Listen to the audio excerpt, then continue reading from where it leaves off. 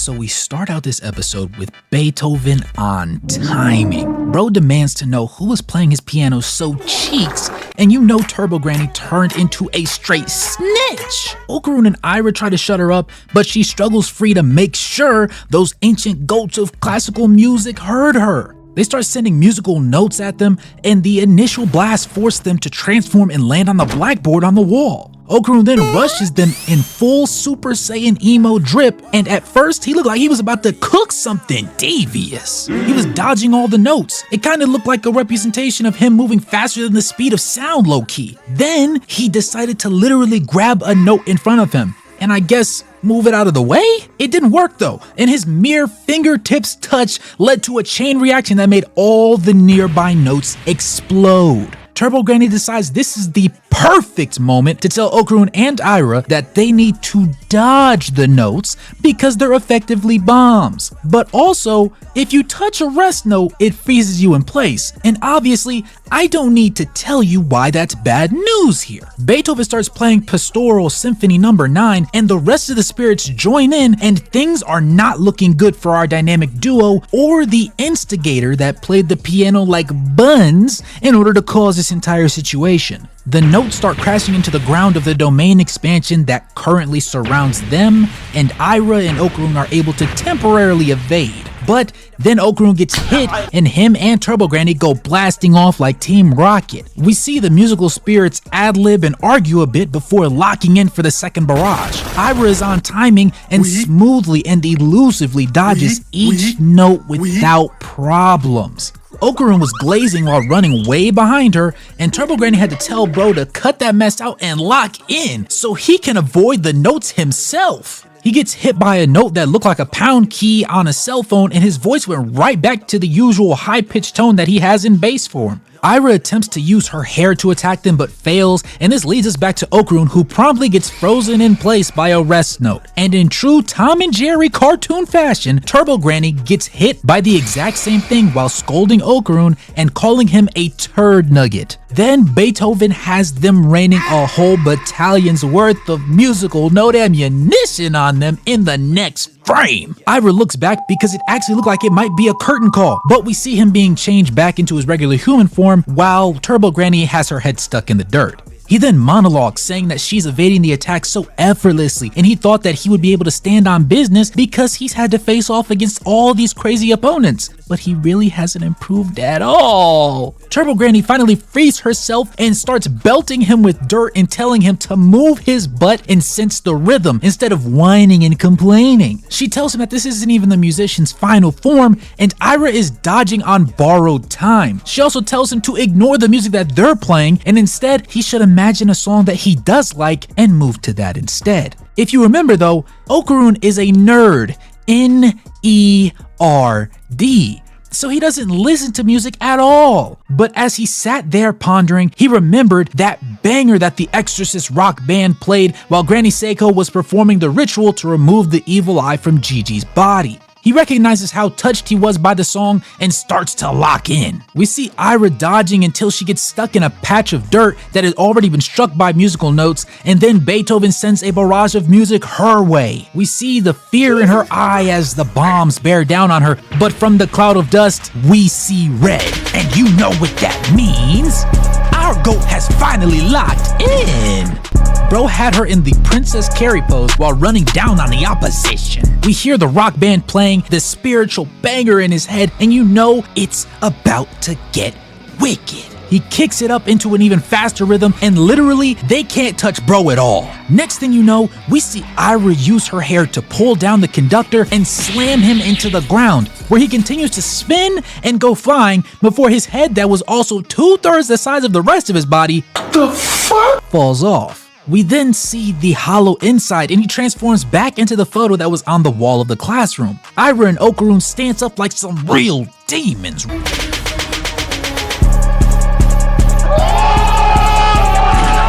Sensational. Ready to finish the job, and Aira gets off her one-liner, asking who wants the next dance. But then Turbo Granny ruins the aura firing by telling her to hurry up and attack. They start arguing, and then we see the musicians conflict before starting to play their own individual songs, creating a rainbow of notes. We see the visual representation of each piece surrounding the musicians, and we realize that instead of it all culminating into a grand masterpiece, it was actually just them acting disorderly because the conductor was the one that got taken out, and he was essentially their organizer the whole time. We see Beethoven was the only one that wasn't taking part, and as Aira and Okarun start to rush in again with ease, he slams his fingers on his keys and unites them all under a final and grand domain expansion. So black and grim you would have thought they were living inside of a black and white photograph from the 1800s. He then assembles them for Symphony Number 9, the choir ensemble. And we see them on stage summoning an opera singer that was like 500 feet tall. I'm thinking this is actually starting to look bad because they were supposed to do what against Bro? But then it gets worse. We see 3 more giants spawn up around him, and they don't even start singing too. They open their mouths and start spewing out black people. Well, not exactly black people, but black space classical people. They start hitting the floor, and it sounds like porcelain falling out of your grandma's fine china cabinet during an earthquake. The initial giant stops singing and they all bow and start spewing out more black classical people. Aira and Okarun start running the fade, but Turbo Granny tells them that they are just illusions and instead they need to focus on the musicians themselves that are locked in blasting the music on stage. They start getting drowned by black people and Aira comes up with the idea for Okarun to grab her hand so she can use her hair and propel them into the air using the head of the original giant. It works and they land on his head and the 2 nearest giants keep singing but also throw an uppercut and down slam trying to hit them while they were on Bro's head. And hold on a second, I understand the swipe down, but why the hell is she throwing a literal uppercut when they are on top of Bro's head? I'm not one to speculate because I don't know them personally, but if I were to guess, I would say she had beef with Bro from before when they were actually alive. Aira and Okarun jump to dodge and Bro gets his head sandwiched while they were going airborne. Realizing that they were about to get hit, Aira knocks Okarun away so he could go after the musicians. She gets swatted down, but after a brief lock-in moment that had her going back and thinking about memories, she was back in the game. When Okarun hits the ground running, Beethoven kicks it up another notch and sends musical notes his way. We see surrounding skybox areas lift their curtains and more spectators spawn in and climb down to attack Okarun. We see Aira dipping and dodging blows while tricking the remaining giants to punch each other in the process. She suffocates the second to last one and slams his head into the ground, and then swings around to land an insane heel kick to the side of the last lady's jaw. Had full impact with the teeth cracking and everything. We see the first OG laying flat on the ground singing while the black classical goons swarm around Okarun. He evades and manages to continue running to the stage, but calls out the fact that he can only go all out and attack twice. But there are obviously 5 different musicians to put the pause on. Turbo Granny helps him to have a revelation about the tempo of the music, and his brain finally learns the lesson that she caused this whole commotion to teach him in the first place.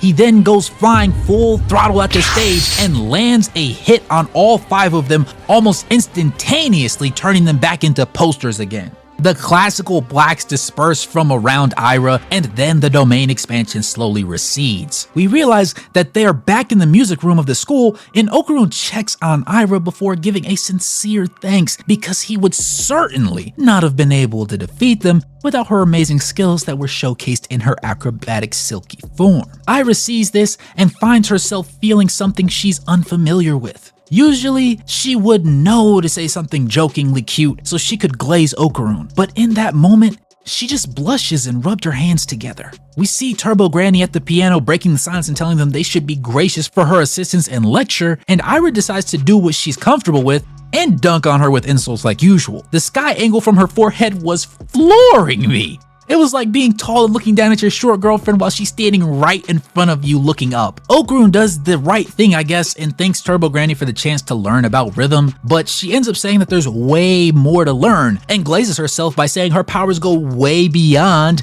what he experienced tonight. Aira asks what happened and how they came to life, And Turbo Granny explains that it was merely a culmination of the fears of the students from the music class channeled through the photos of the musicians that they were afraid of, which allowed it to occur, and it can only be brought about again if done at 2 a.m. They all agree to never return, and then when Aira is busting Turbo Granny's balls again, wink wink, she steps down from the piano and onto a key and re-summons them again.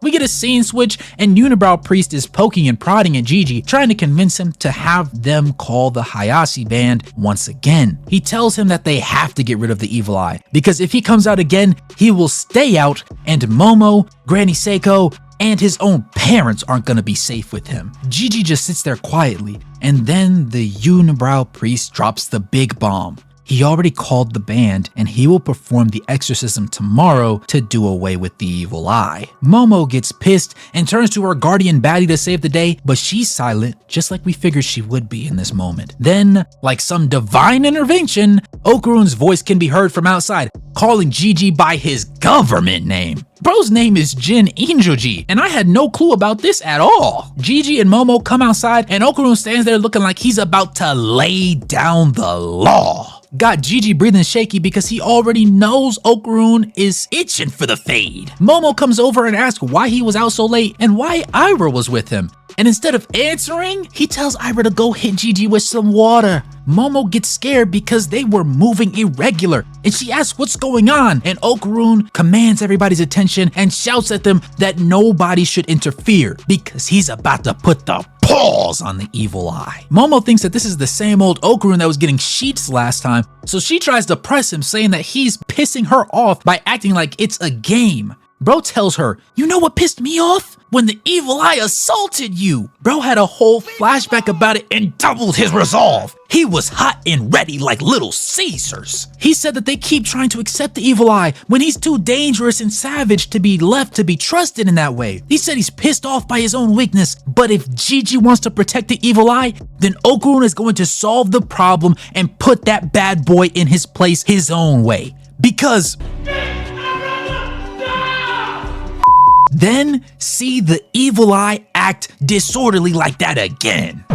Manjiro, the Unibrow Priest, tries to calm Okarun down and tells him that there's no need for a fade because he's going to exorcise the evil eye tomorrow anyways. And Granny Seiko stops him and tells him when a man is trying to be cool and stand on business, sometimes you need to shut the hell up and let him cook. And this is Okarun we're talking about. He is literally never this locked in. Bro needs to take care of that Unibrow before he tried to take care of that evil spirit. Last time I recall, he was getting deep fried while Granny Seiko was having to give the evil eye a 6-piece combo with the side of a ceiling art courtesy of Taro. Aira tells Okarun to give the word like a loyal vassal waiting on her boss's orders, and Okarun tells Momo to stand back while Turbo Granny hopped on his shoulder as he stanced up. Gigi decides to believe in Okarun and tells him to handle business, and Okarun simply says, "Done." And Aira splashes the water to commence the fade. As soon as the evil eye starts tearing through Gigi's clothes,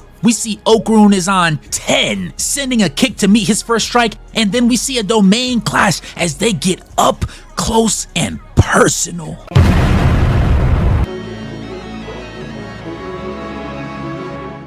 If you enjoyed this episode, go ahead and drop a like, subscribe to the channel, and become a member to help support the content, and I'll catch you boys and girls in the next one. And like I always say, AYC, what you got for me? Your theme is peace.